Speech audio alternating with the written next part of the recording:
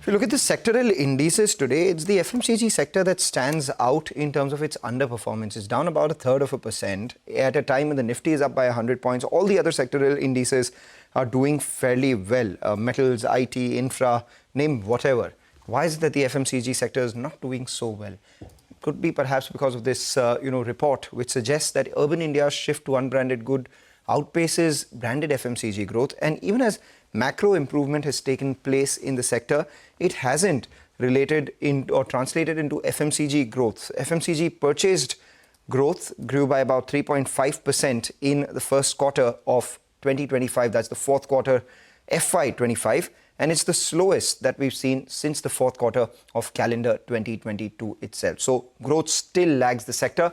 Manoj Menon, who is the commercial director of Kantar World Panel, joins in now. Manoj, thank you so much for joining in. There's telling data, right? FMCG growth at just around 3.5%. Growth split, while it's higher in urban India, lower in rural India. If you look at the listed brands, they've grown much slower in urban and much higher in rural. What does this sharp divide in rural and urban tell you about the consumption environment and what people are preferring? Thanks, Mangalam. Thanks for having me here. So there's one big divide when it comes to urban-rural. I think rural, what is driving the growth is more from essential and some of the snacking categories. So, for example, if you look at, say, soaps and hair wash and utensil cleaner kind of categories growing pretty well in rural.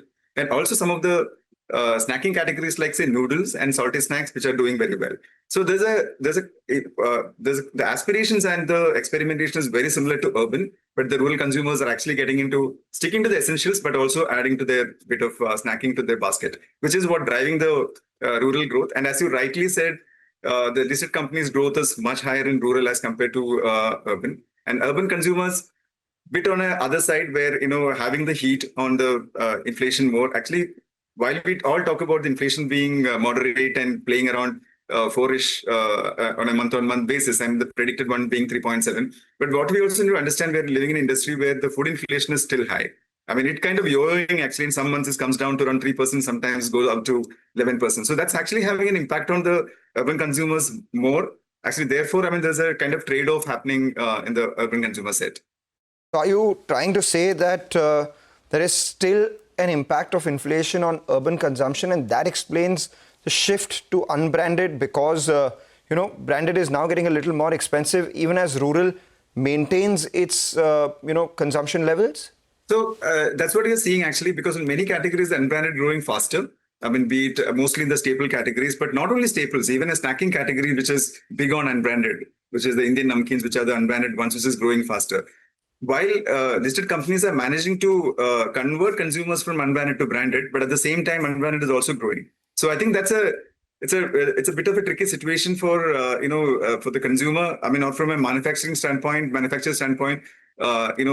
getting one is that you're converting consumers from unbranded to branded. That's a strategy that most of the companies are following within the staples or snacking categories. But at the same time, pricing, of course, is going to be a big differentiator. And if there is a stress we've seen in the past where if things are going to be tough on an ongoing basis for a long time, there could be a reverse shift that happens from branded to unbranded. And just for bookkeeping, unbranded does not include D2C or private labels and all of that, right? No. It's actually only the ones which are not having any brand attached to it is being sold as loose. And the consumer, what is paid for is what we call unbranded. Understood. It happens mostly in, say, edible oils and atta and salt, spices. So it's big, actually. I mean, in edible oils, I mean, the unbranded penetration is around 62%. I mean, in spices, around 40%. So it's not a small number from a penetration angle, because these are big segments that sits in those categories. Well, the next big question is, as far as the listed, branded, organized space is concerned, when can we expect growth to return, or will players be forced to go ahead and tweak pricing? Interesting one, actually. We do see what our forecasting or the way we have seen market so far from a data standpoint is that I think this is probably going to continue for next couple of quarters. And there will be a recovery towards the last quarter of 25 is what we are seeing from the data science standpoint. And recently, we have just done one study to understand the consumer sentiments toward the future, because we are talking about improving macroeconomic factors, and also government is supporting on various things on taxation, etc. but we're still not seeing that reflecting into the behavioral angle. And even if that happens, we still don't know whether FMCG is really going to gain from that. So those are some of the areas that is not clear. But from a consumer sentiment standpoint, people are still skeptical. That's a recent report, as recent as 15 days back. We've just finished that study to understand the future sentiments part of it. But it's still, people are holding back from a positivity standpoint. So people are still holding back, and you don't see growth return until the fourth quarter of this year. But you also speak about data that you've cut across rural, urban, unbranded, branded, listed, and other branded, which is not listed.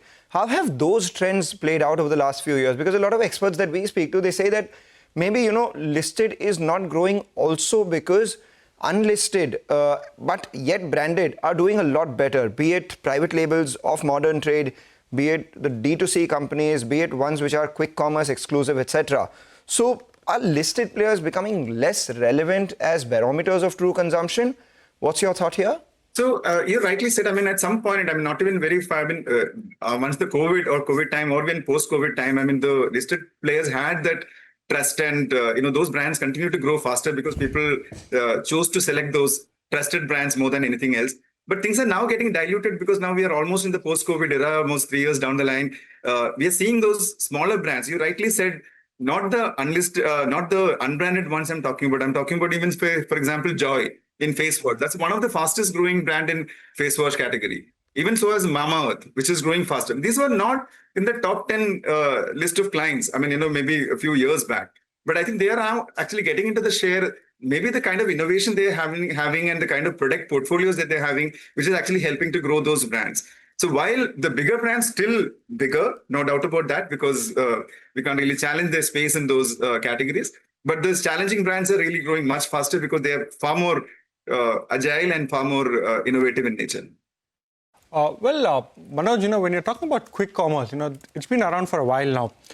Does that increase overall consumption trends, or does it cannibalize from other channels? So quick commerce today, if I just talk about only top 6 metros, e-commerce actually stands around 31% penetration today. That means 31% from an FMCG standpoint. E-commerce can be much larger when you look at other categories. And quick commerce is around 12% today. So from a top 6 metros.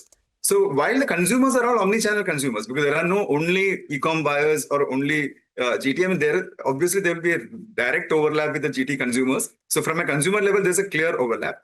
But from a spend standpoint, we are seeing a big shift in terms of expenditure when it comes to quick commerce. People are buying more premium categories when it comes to the premium is growing much faster when they're buying from quick com. But the only thing is, we still need to understand if the overall market is 100, quick commerce is still 12%.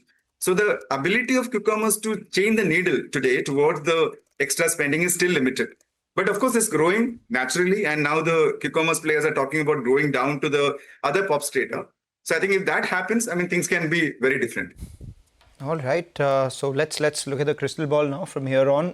Last time 5% growth happened was in the first quarter of last calendar year, which is Q4 FY24. What is your prognosis for FY25 on the whole, or rather FY26 on the whole, and FY27? What kind of growth do you expect for the sector? FY26, I would say it's going to hover around between 5.5%. That's the kind of growth that we're seeing. There are a lot of other pointers that we called out. Whether rural monsoon was predicted is very good for this year. If those are going to happen, I think this can be an acceleration. But right now, I think it's going to be hovering around 5.5. What about the next year? Do you think it improving beyond that, or structurally growth has come down by a few percentage points? No, I think it will improve in financial 26-27 is what our understanding. To what? To what will it improve? It will improve to around 6.2. I think that's the best we can think of at the moment. All right, take that point, Manoj. Thank you so much for joining. A lot of things happening at the same time, but I think this is a possible number. It's understandable. Too many moving parts. You'll have to, and too many moving categories as well, so to say.